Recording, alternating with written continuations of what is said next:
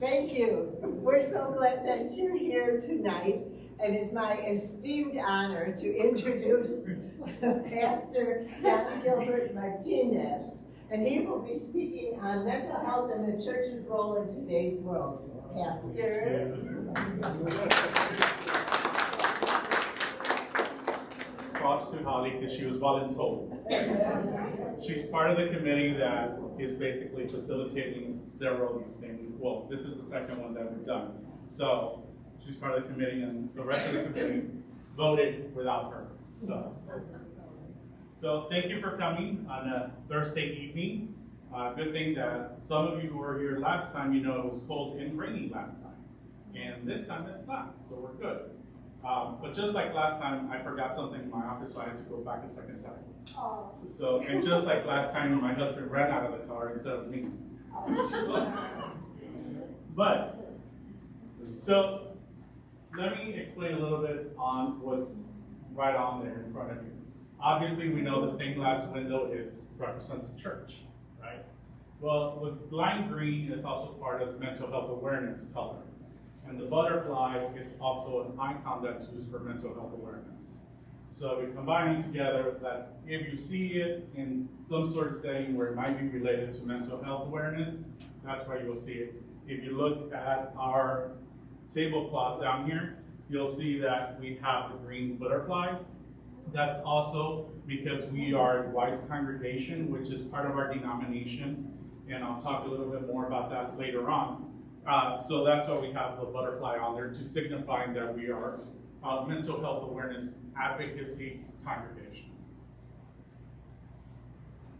So, mental health challenges touch everyone, okay? Including people of faith. And why do I say that? Because every now and then you get folks who believe that just by talking to a pastor or just praying or just reading the Bible will take away that mental illness.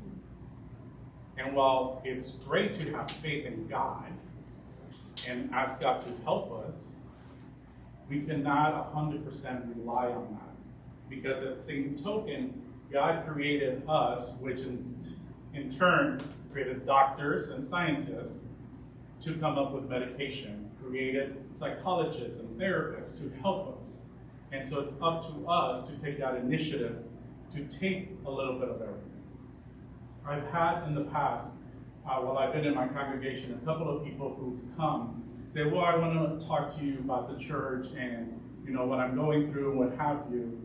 And they'll come, and I'm 100% honest when I'm sitting with them. It's kind of an evaluation in a sense of the church, because they're talking to the pastor to find out more, and for myself, an assessment of the person of what they're looking for in a church, right? So I've had a couple of folks where they were in the mental health, in an illness chapter or challenge at that moment, and they were not keen on the idea of seeking professional help. And they wanted the church to carry that. Well, ethically, morally, and legally, I can't do that. I can help you, I can talk out to some, and yes, I have an undergrad in sociology, psychology, but I'm not a licensed professional within that respect. So, would you expect your doctor to be certified? Yes. Same thing with the therapist. You want them licensed, right? Why? You want to make sure they know what they're talking about. Okay? So when these folks have come up, I'll be very frank and I'll ask them, have you sought professional help? Well, no, I don't think that's going to help me at all. I said, well, part of it is conversation. I'm like, they're not going to do like how stereotypically we think you're going to lay down on the sofa, and that was one of the graphics that was up here for this template, and I removed it because I go to therapy every week. I'm not ashamed of it. It keeps me healthy, it keeps me going, and it also helps me carry some of the sorrows and some of the joys that my congregants have.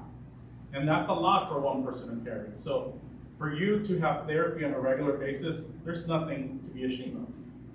And so I don't sit on a couch to talk to my therapist, although I could because it's video, or I lay on my bed. But typically, you don't go into an office and lay down on the couch, right? That's old mentality in a sense. And I bring that up because just with that old mentality is also the idea that we can just sweep it under the rug or just get over it. How many of you have heard that? Get over it. Or, just, you got to push forward. Some sort of, right? And you probably didn't feel well at that time, right? It's like when you go to your primary physician and you tell them something's hurting you. And they're like, oh, well, I don't see anything. Yes, but I'm hurting. I'm telling you this hurts. And they're like, well, there's nothing I can do. How do you feel? Think of that. Right? Why? Because they can't see what's going on. And if they do exams, it's not coming out of the exams. So how do you evaluate someone with mental illness? Dialogue. And of course, there's a DSM, which is the Bible for licensed therapists, and it changes every few years to be making sure that it's updated, and it's pretty thick. If you haven't seen it, I encourage you just look online and pretend you're going to buy it on Amazon, search DSM, and look at how many pages they have. And then it's tiny print. So, do you think the Bible has a lot of text in it? That's a short book compared to the DSM. So, that's part of what's going on there. Okay? So, I want you to raise your hand if you ever felt stressed, overwhelmed, or anxious. Okay? Now, raise your hand if you ever felt like that at church. Okay, some of you, right? Now, some of you may not feel that, and you don't have to share, but some of you may not feel like that because you feel like that's a safe space, and you just kind of place that on God, right?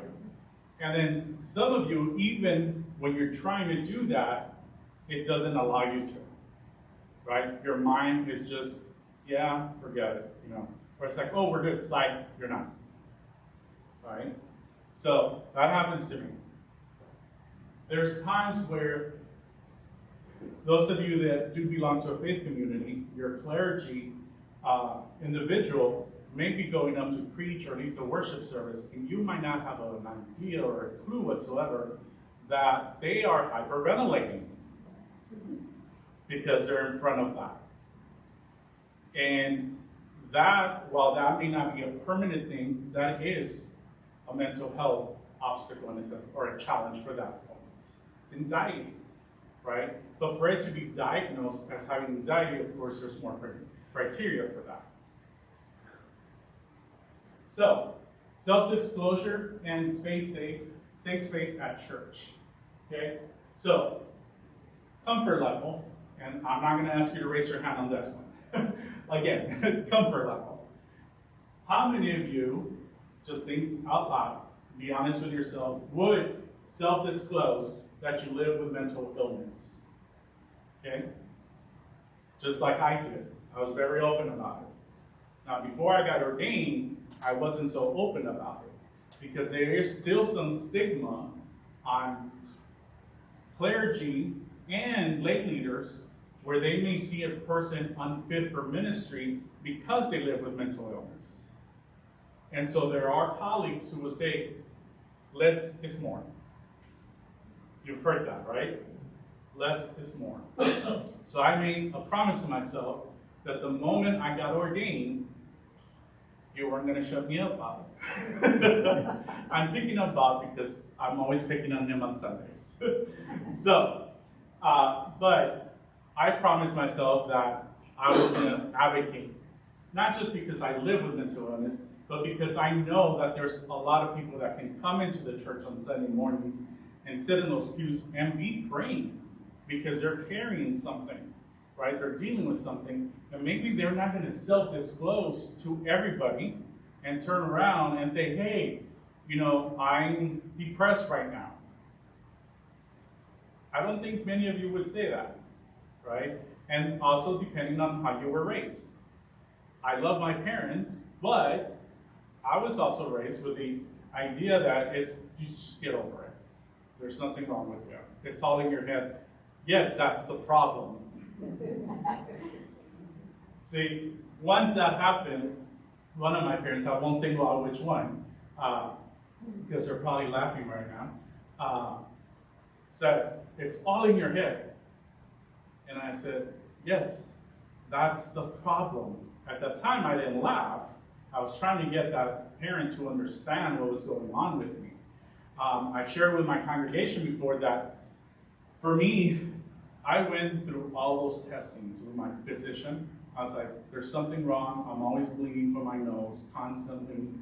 You know, he checked me out, sent me for exams, nothing. Well, he used to be a psychologist, and then he turned MD, I'm not sure. But he was some sort of other field where it had to do with psychotherapy. And he's like, you know what? He goes, I have one more option. He goes, there's this colleague, go talk to him and see what you all can come up with. Well, that's when the first time I officially came out to the therapist. And my nosebleed stopped. See, that was already manifesting in itself literally into my body. And that was just the beginning, because as I've gone through life, my body does that as well. And those of you who may live with mental illness may know about that. Whether you have no energy whatsoever, or you lose interest in something, it happens. And that's part of the reason, the stigma, that you will not self-disclose. Even with our congregation, who is now an advocate for mental health awareness, the comfort level is growing little by little. Because again, for so long, our society has said, there's something wrong with you if you think you have mental illness. Well, yes, that's the whole point. Safe space at church. How many times have you heard a story of someone going to church and a pastor say, oh, I'm going to pray it away from you. Or you just need to believe in God a little harder. Or if someone says, well, I live with alcoholism or drug addiction. Well, what are you doing wrong? God's punishing you. I'm sure some of you have heard those or heard stories of those things. I've heard them in front of myself, someone, and where I was in this setting, these folks walked out because it was a community lunch. And some of the folks who were in line without a home, obviously that's why they go there to get a meal. And this individual started praying and says, God, forgive them for their addictions. Okay, forgive them for their addictions. How can you forgive something that you cannot necessarily have control over? Yes, we have control once we're ready to accept the help, right?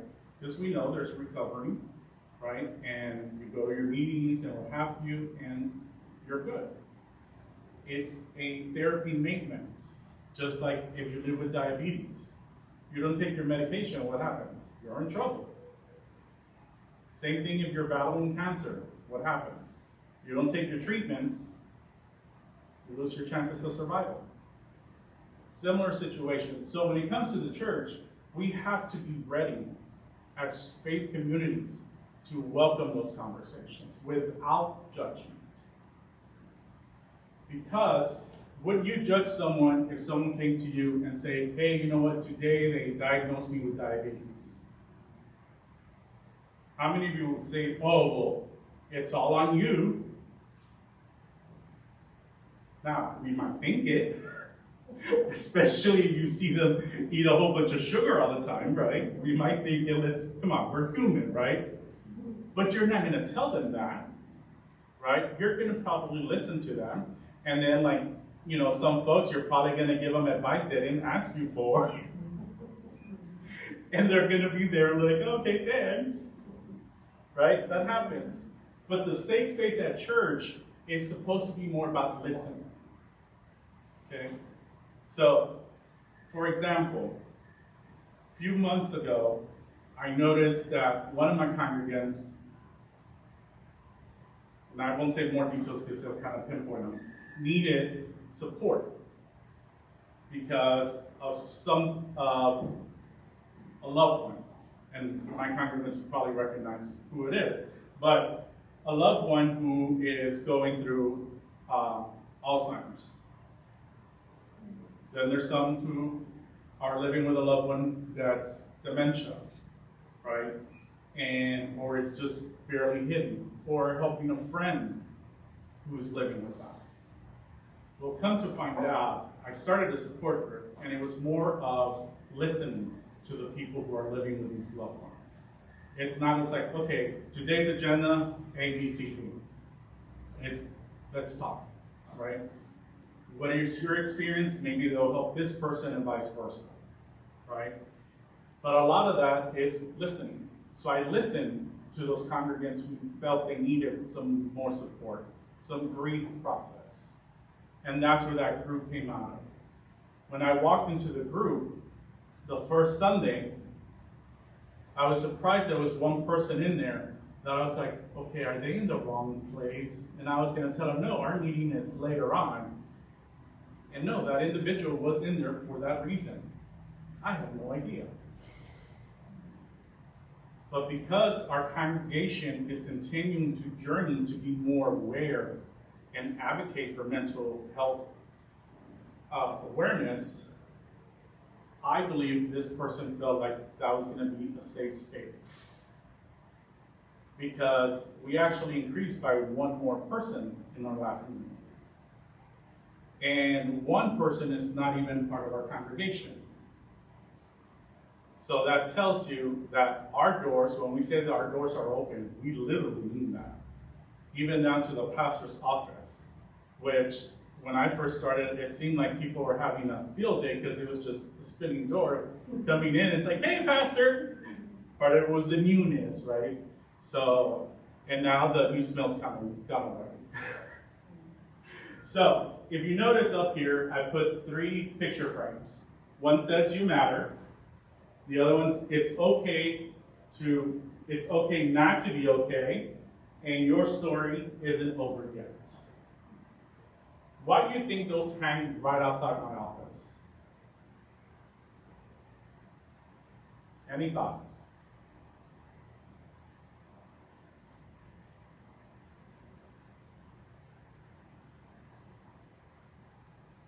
Do they say anything to you besides what's on the text? See? So you want somebody to say something, so I'll say something. It's validation. Yeah. And the one that says your story isn't over yet is, in my interpretation of it, the kind of message that somebody needs when they are so down, they don't see a future. Exactly. Yeah. And that's why when I chose the 3 frames, I was very specific on what I wanted, what message. And this one in particular, okay? Because I know people who've been in that spot. Stories have been shared about people who were in that spot, right? I've had relatives who were in that spot, and they saw no other solution, okay? So those are important. My sister, I think she was in middle school and high school, where her ex-boyfriend didn't feel there was another solution. And less than a year later, the little brother felt the same way. That's kept on her all these years. It makes a lasting impact. There are scars that you don't see. And it's okay not to be okay. Why? Because Sunday mornings, if someone says, hey, how are you today? And that's okay. Some of my congregants can say, oh, how are you today? I'm like, well, I'm here. I'm being honest. It's not that I don't like the company, not that I don't like my congregants. It's just, maybe it was rough getting up that morning, right? Or I have so many things that I'm like, okay, I gotta do this and gotta do that. And so I'm like, okay, now I gotta stop, do worship, and then get back to those things. So sometimes it's just, I'm here. But what happens sometimes, remember I said that it's good for us to put our faith into our church, is that as we go through the worship service, I start feeling better. So by the end of our worship service, I'm like, okay, I can keep going again. Why is that? Because some of you who said that when you walk into church, you feel good, right? And you stay like that. Well, someone like myself, maybe I wasn't feeling 100%. But once I was leaving, I felt closer to 100%. And it was the atmosphere. That's what I do like about our congregation, is that they meet someone new, they greet you, they welcome you. And then I tell them not to tackle them too much because we want them to come back. So, you know, we know what growth is for a church community, right? So we can't be super anxious, but we gotta welcome folks. This year, our congregation has been blessed, and I think it's all of our work combined. We're gonna bring in congregant number 9 and 10 next month. For small to medium-sized congregations, that's pretty good. It's today's average, right? So, mental health is a complex concept. Remember I told you that when I was feeling the anxiety of my sexuality, where it was manifesting in itself in nosebleeds. Well, because it messes you up completely, right? Social well-being, emotional, psychological. Well, I was unsure when I was with my peers, because what would they say? And I grew up in South Texas, which is predominantly Mexican-American. So if you're not familiar with the term machismo, it's kind of like you gotta be a man type of attitude, right? That wasn't taught at home, but that was all around me. My dad said, you're a man by being a good person and being there for your spouse and your family. And you do this, you do that, you work hard. That was what a man was to my dad, right? For me, I say a man was also who my dad was. Marrying my mom when she had a teenage son and knew that biologically she could not have any more children. So he married her knowing those two things. And to me, not very many men can do that, right? So why is mental health important? Well, it affects your physical health, it affects relationships, quality of life, right? Because, like I said, sometimes you lose interest. We've all seen the commercials for antidepressants, right? Have you lost interest? You know, do you not want to do things anymore? It does affect your life, right? There's days that I struggle with my son. He is 5. He doesn't know what his dad is going through. All he knows is, I want to go outside. And I'm like, Papa's there. And there's days where I will go outside with him. Because he's like, no, I want both of you to go outside. I said, okay. So I have to push myself. That's actually good. Because I am at that moment not being strong enough to push myself. And I can easily dismiss my husband. But my son, who doesn't understand what's going on, is not going to take no. And if you met my son, you kind of know that. He will push you. And so that's what helps me. Because at first, I was under the mentality that, well, I shouldn't use my child in that respect. And my therapist said, why not?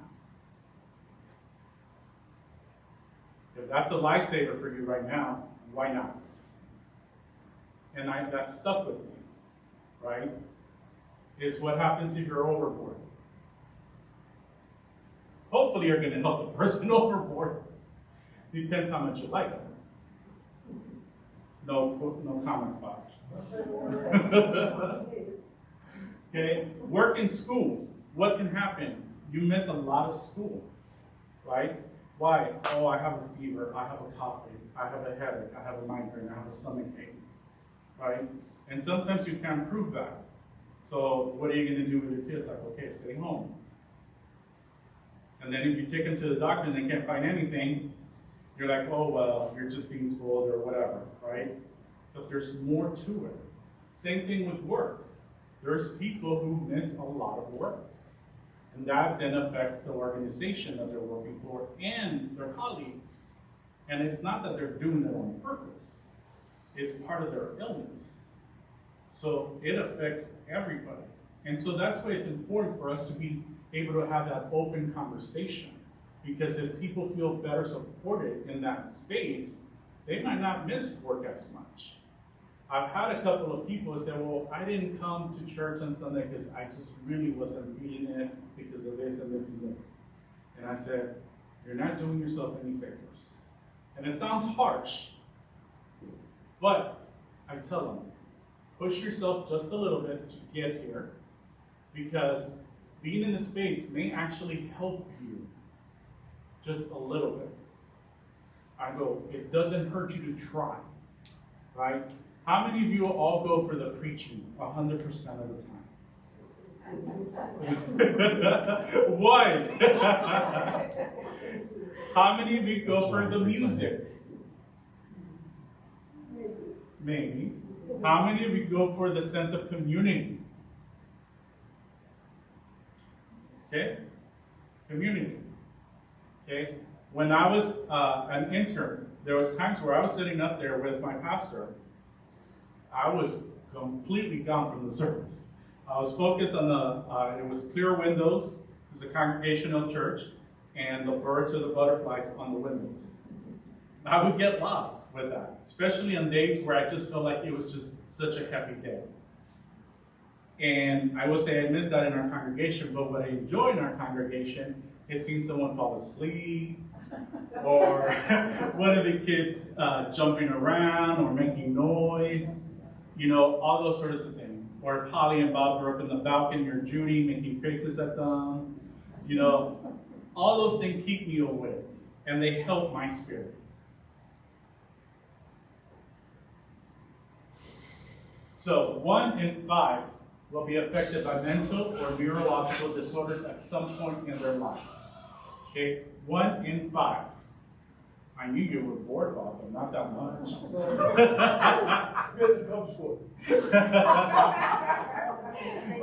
So let's see how many of us.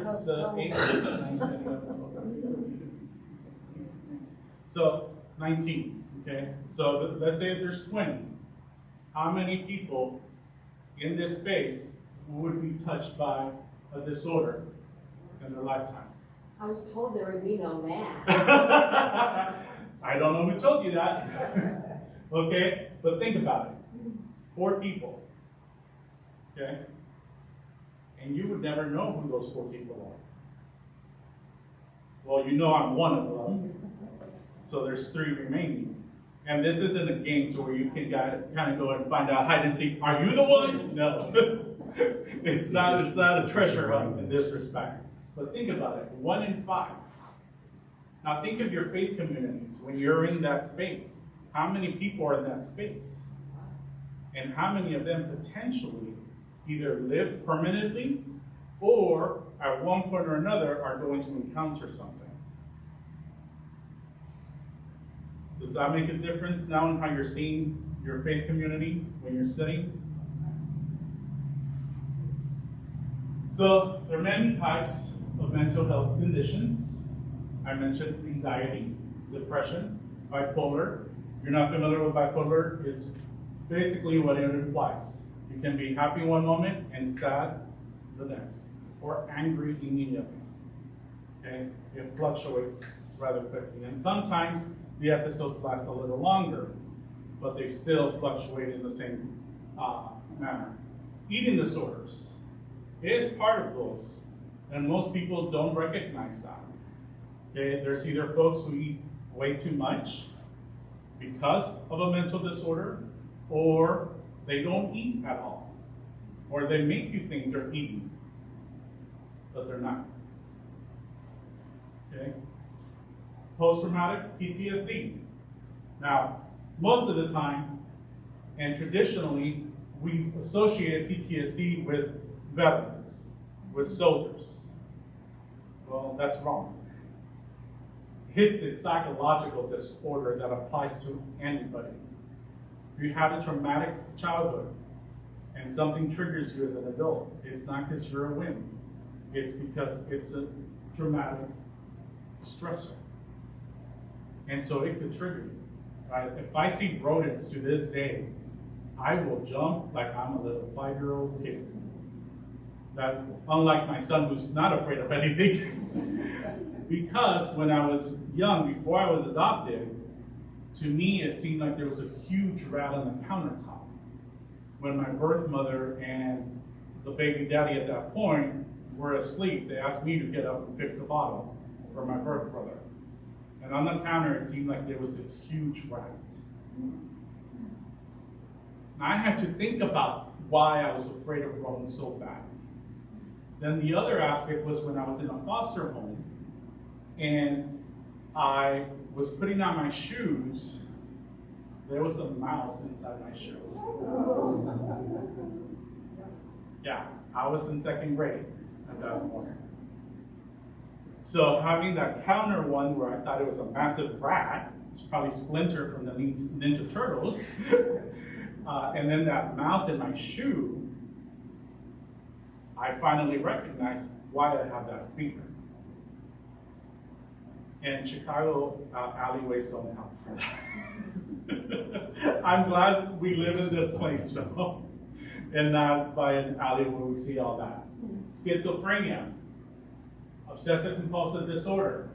Okay? Now, just because someone likes to do something certain time so many times doesn't mean they necessarily have obsessive compulsive. Okay? Maybe it's just something they like to do, right? Again, you're not a licensed professional, you're not going to know for sure unless you diagnose that person. Okay? So, mental health first aid. If you're not familiar with this, it's literally what it implies. First aid for mental health.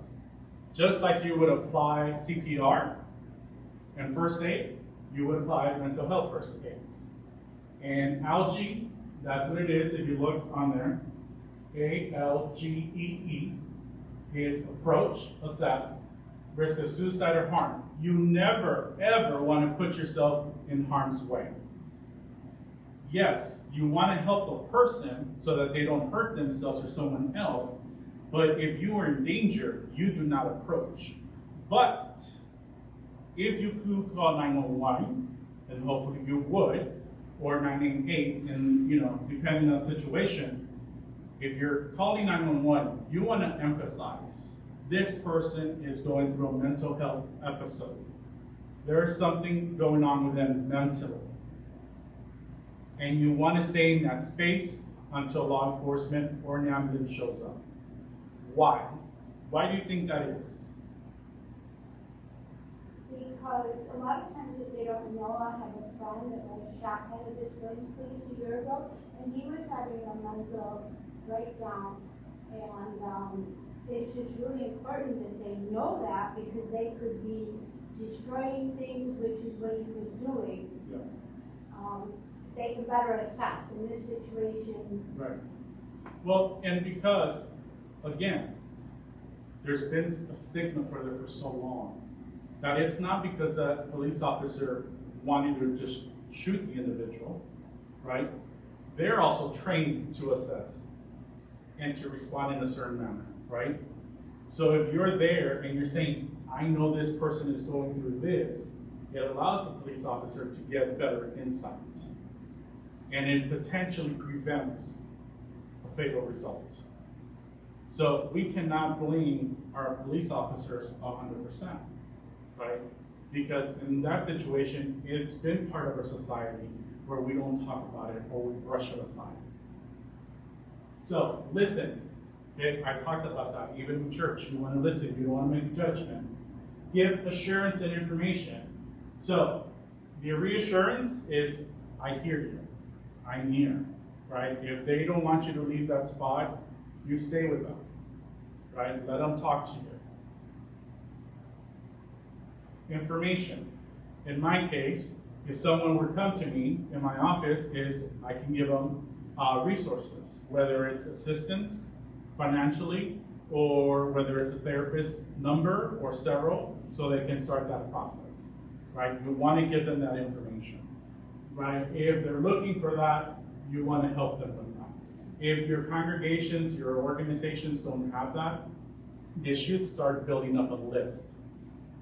There's one that's rather easy that I'll cover towards the end that anybody can use. You put in a couple of things in there to filter it out, and it helps you a lot. So if you are interested in this, I would say reach out to Advocate Aurora Health System, because they do have people who will go around and train for mental health first aid. Okay, my congregation, some of them have gone through it, I've gone through it, and it's really helpful. Now, it is 2 days, so it is pretty, or is it a day? Mine was 2 days, I think, because it was online. Was it 2 days? Day and a half. Day and a half? Okay. Part of, because the first was online or something, right? Okay. I don't remember. So, going back to men, right? Especially men. We're always told, you gotta be strong, you gotta do this, you gotta do that, otherwise you're not a man. Well, men should also know that it's okay to talk about their feelings. Other countries, men do talk about that. Our country, it doesn't really do that. It's okay to seek help when you need it, right?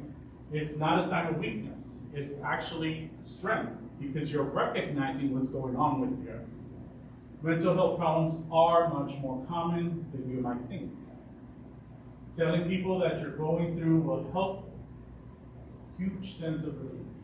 Right? What happens sometimes, even when you're not living with mental illness and you're just really anxious about something, and you encounter a friend or someone that's like, and you just kind of unload at them. How does that feel afterwards? Feel lighter, right? And maybe they were just there, and the way that they were with you offered that opportunity for you to tell them what was going on. How many of you has that happened to, where you're just in that space and someone just kind of starts telling you stuff? Well, obviously I'm in that spot for a reason.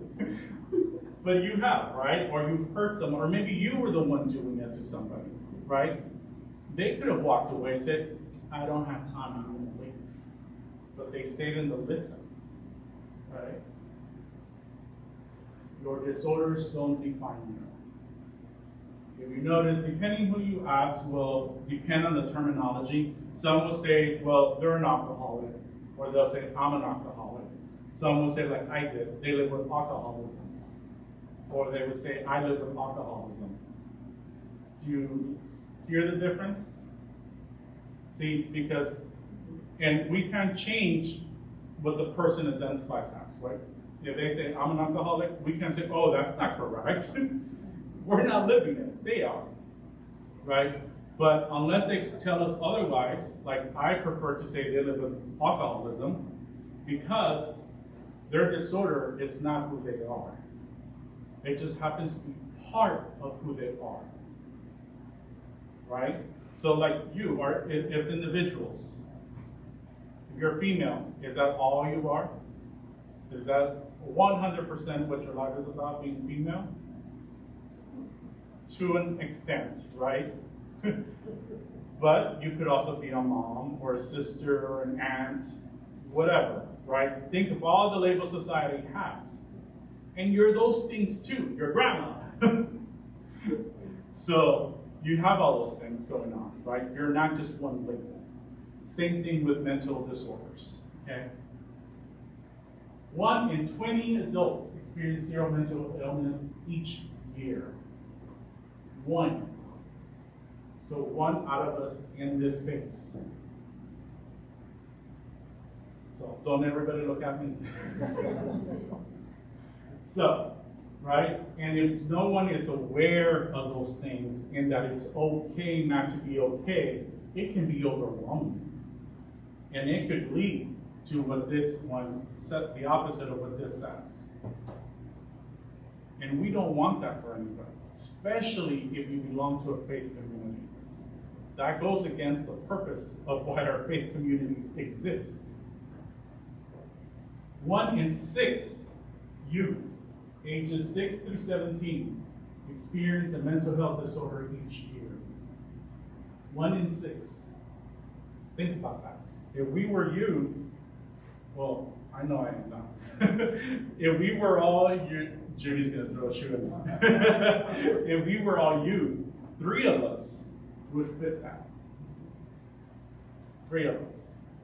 I know someone that, as a teenager in high school, they were diagnosed with schizophrenia. That was a while back. So what happens at that point? If the family's not prepared to accept that, what happens? They may not get the help that they need, and it may become a bigger issue for the individual. Suicide is the second leading cause of death among people aged 10 to 14. Second, why do you think that is? See, part of it is because we as adults forget what it's like to be a kid. And we're like, oh, what problems could you have? How hard is life for you?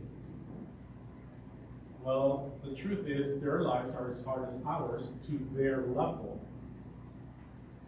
My son, a couple of weeks ago, came home from preschool and was just really bummed out that another kid in school kept telling him that he had a mommy. And he's like, no, I have a daddy and a papa. No, you have a mommy. Now, she's a little kid.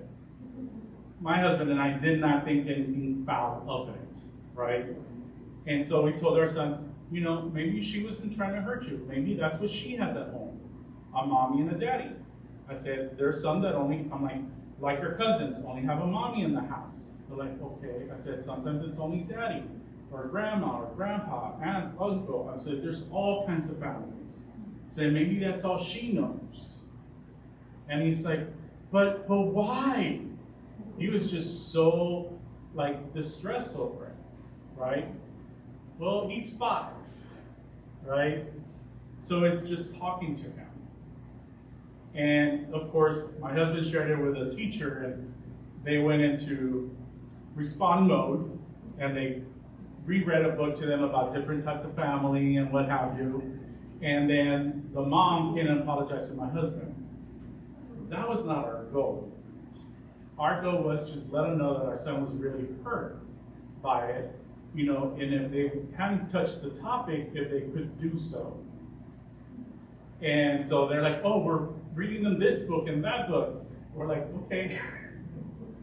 You know, and the mom apologized and said, my daughter, she's not that kind of kid. And we knew what she was saying when my husband was telling me. It's like, she's got a same-sex couple next door, living next door. She knows about that.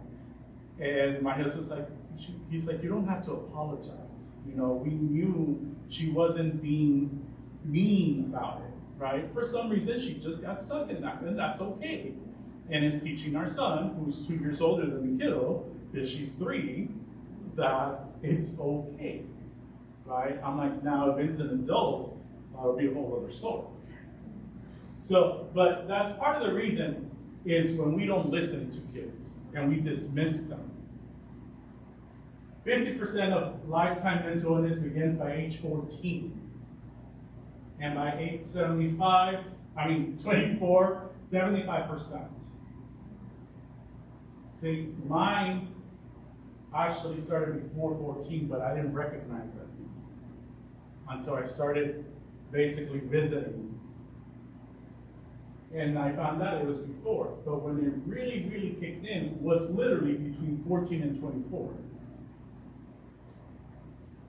Because I was 17 when those nosebleeds stopped. I was a junior in high school. So, mental health tips for kids going through difficult times. Keep everything simple. If you know your kid or your grandkid, niece or nephew is really stressing, you want to keep things really simple, right? And a lot of us know that. Keep it simple. It's easier not just for the kid, but for us, right? Allow for play. If they have an hour's worth of homework, do 15 minutes of homework. Let them chill for a little bit. then get back to 15 minutes of homework again. And say, okay, you do another 15 minutes, you get another free time. Back and forth. Yes, at first it might be too much, but in the end, it'll work out because your kid will feel a little more calm. Keep a routine, right? We all know this, and most of you, if you've raised a kid, know you've got to keep the routine. Why? It helps them, especially in development. And watch for warning signs. That is so important. You have to watch for those signs. And I'm not going to go into too much of that detail because that's not what we're here for. But if you wanted to learn more about that, one, you can read it up. And there's a whole bunch of legitimate, trustful resources. You can also take mental health first aid training or companionship training, which is, I call it mental health first aid light, because it's only about half a day. Pathways to Promise is companionship, okay? And that one is literally what it says, companionship. You're not there to solve the problems. You're there to be a companion, okay? And it still goes with the same stuff with mental health first aid, which is you want to assess things. If someone tells you they're really struggling and they just need company, you can say either, yes, I'm available, or hey, why don't we call so-and-so? Maybe they can come and help you, right? You don't want to leave them alone. What would you do if someone needed to go to the ER? Would you tell them, well, you know what, it's not really convenient right now, so can you call me back later? Chances are most of us, if you would have a car, you would say, I'll be right there, or let's just call 911 and I'll meet you at the hospital, right? Or let me call your daughter or son or whoever. So, neighbor hospitality.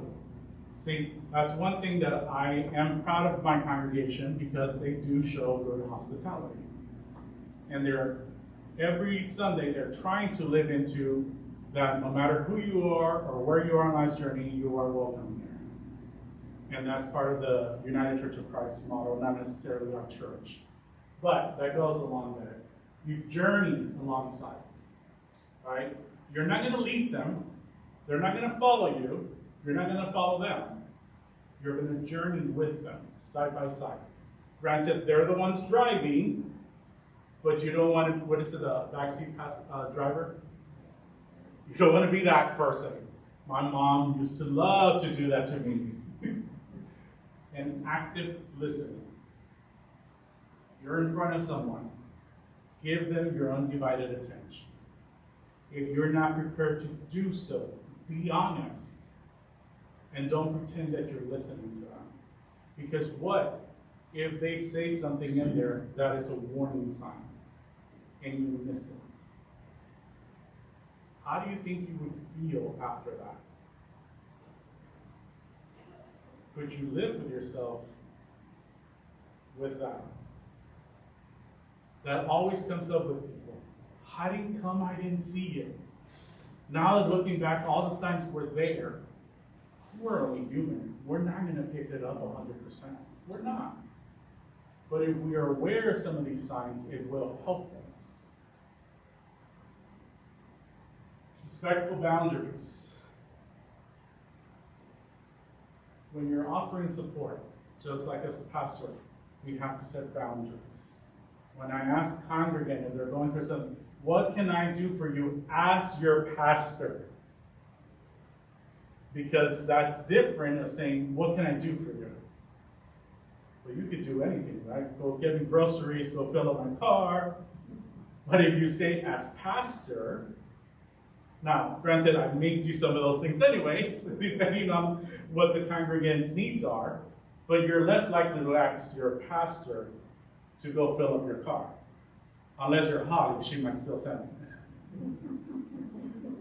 But you see, it's important that you set those boundaries. Yes, you want to be supportive. Yes, you want to be there. But there's nothing wrong with you putting boundaries. Okay? Or they start using you as a taxi.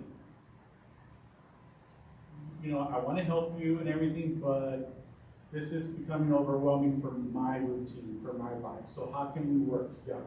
Or can we get someone else to help us do some of these things? Empowerment. Remember I said, you give them resources, okay? My congregation, I've offered a couple of times to people, say, if you can find a therapist, if you can't pay for it, I have a discretionary.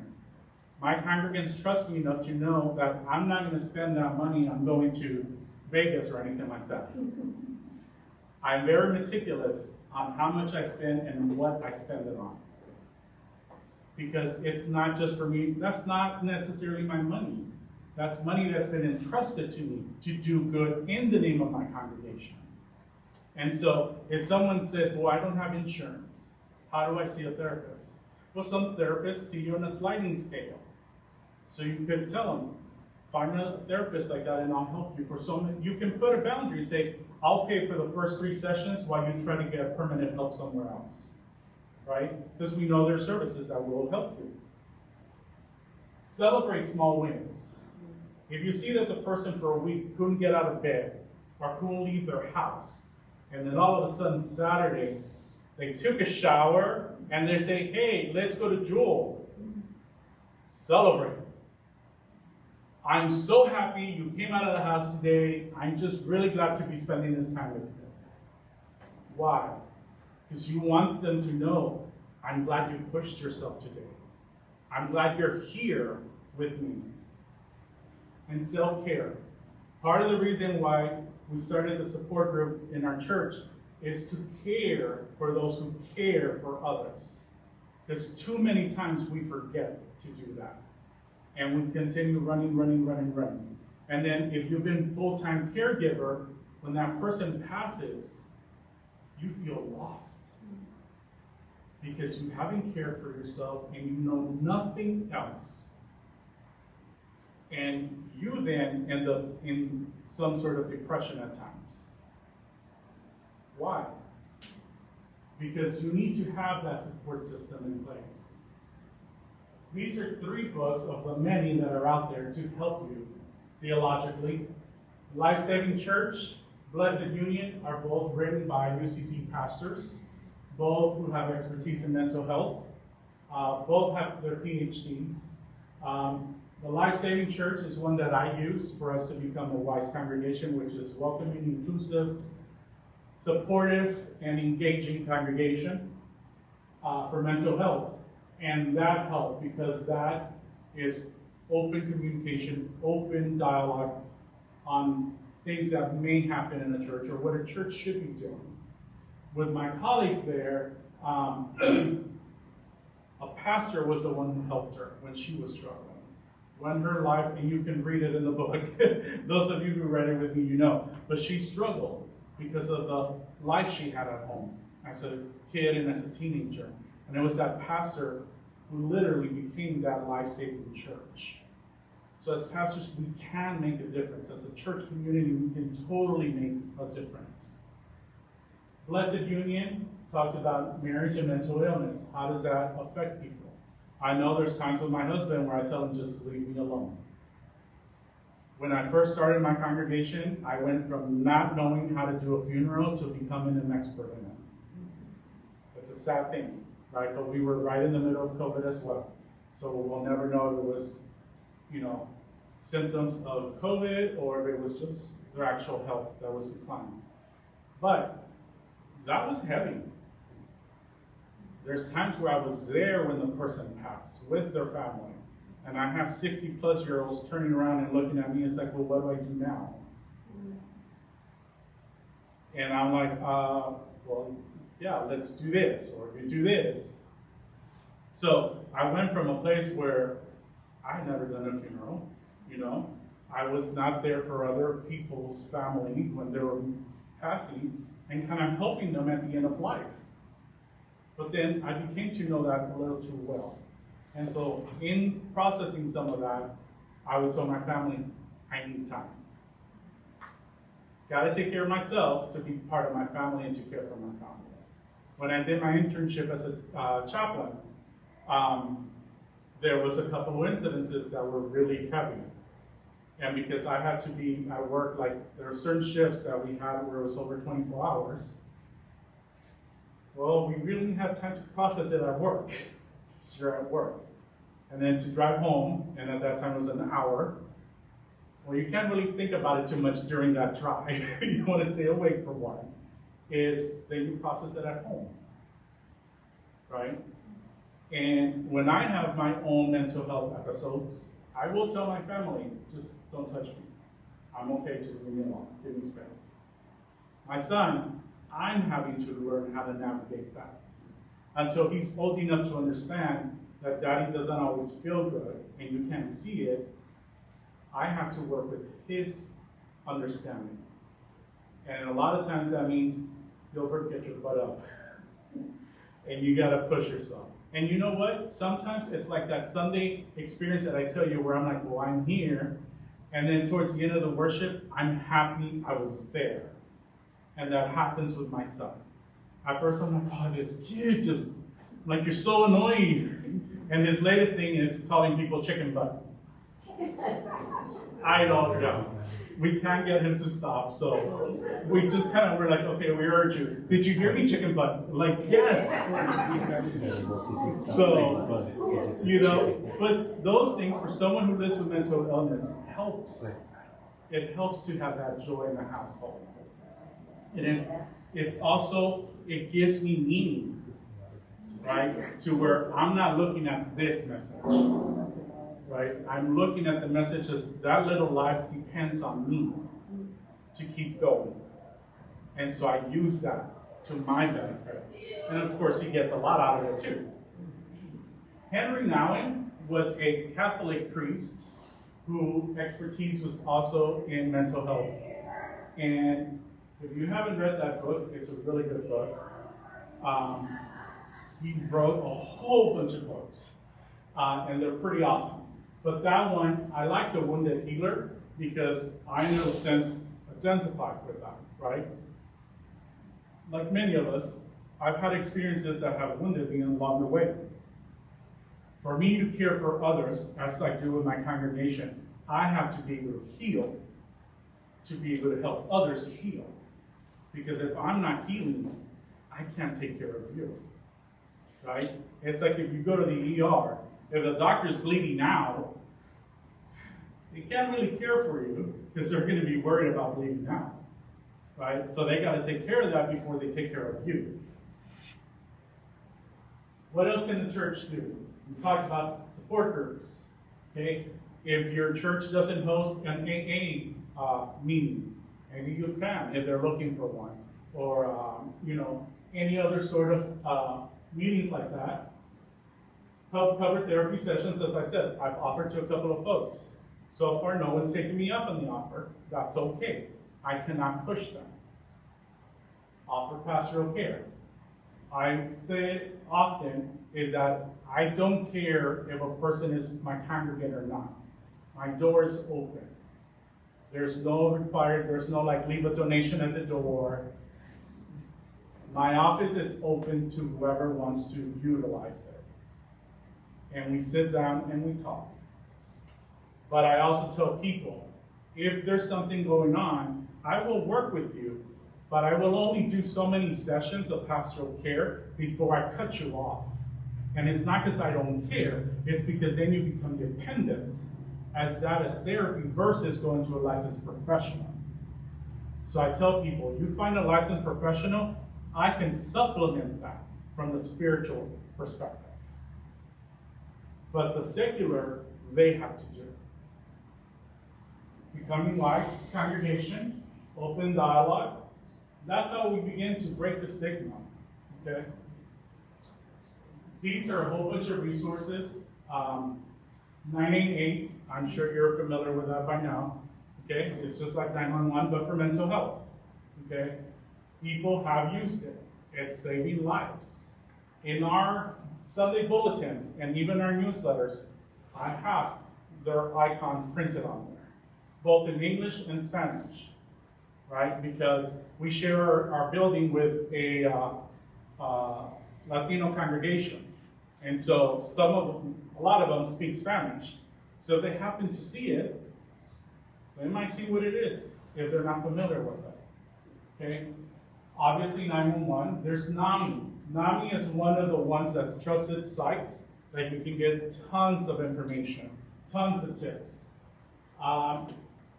they also have a teen helpline. Then we don't often think of those living with domestic violence as part of a mental health crisis, and it is. Okay? It is. Because similar to those who are battling with alcohol or drugs, that we encourage them to get the help, but they won't reach until they're ready for. Sometimes that happens to battered spouses, right? Is they will not go forward with that help or to leaving that spouse that's abusive until they fully feel like I'm ready to go there. And I don't know too much more about that, only from personal experience that I saw growing up. I can speak more to that. Okay? But our congregation does support WINGS, which supports domestic violence survivors, and their children. National Suicide Prevention Line as well. There's a whole bunch on there. And I don't expect you to go through all those. But it's just to show you the different hotlines that are there. There's even one particularly for LGBTQ. There's other for LGBT elder that they can connect to. Why? Because most likely they share stories like theirs. So it's important, okay? There's RAIN, and not bring them outside. RAIN is Rape, Abuse, and Incest National Network. And that's it.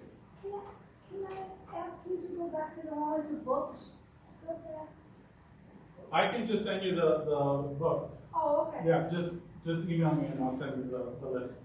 Okay. Unless you want it right now, then I can put it, not a big deal. She'll take a picture. I understand. Questions? Thoughts? How long did it take your congregation to go through the O&A and WISE process? A year. A year. Which is not necessarily cookie cutter time. It can, depending on the size of the congregation, depending where you're at, it could be anywhere from a few months to a few years. It just depends where you have to assess where you're at. My congregants had a pastor who was a little pushy, so that helped. But honestly, in part of the assessment, they were already there and welcoming people, right? They weren't like, well, for instance, they called a pastor who's pansexual not once but twice, because I was designated, which if you're not familiar with that, it's kind of like a temp. And then I was called the second time to be settled pastor, which is permanent. So for me, that was already a big step. The other step was that they had a female pastor before me for 30 years, which if you think of that time frame, even today, women pastors aren't popular per se.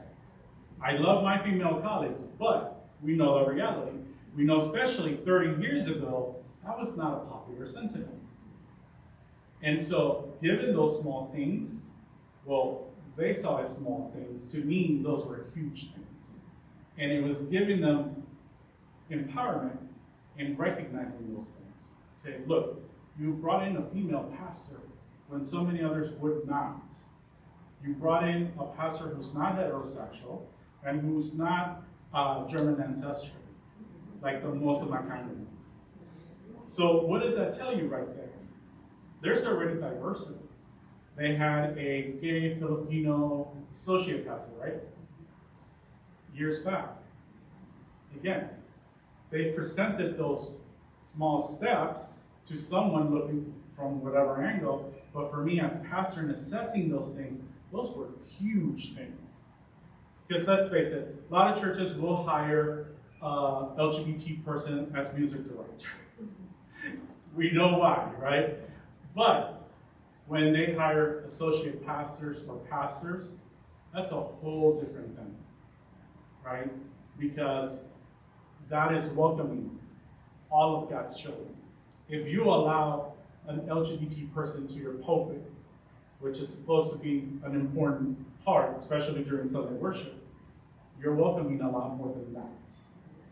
And so part of the conversation when we were becoming open and affirming and wise was reiterating that we're talking a lot about it, not because I'm the pastor, because that's who I am, but because I wanted the average person walking into our worship service to know and feel they were truly welcome.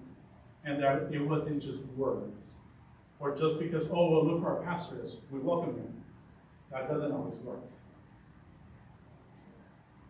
Any other questions, thoughts? Thank you for coming. Thank you. Have a good evening.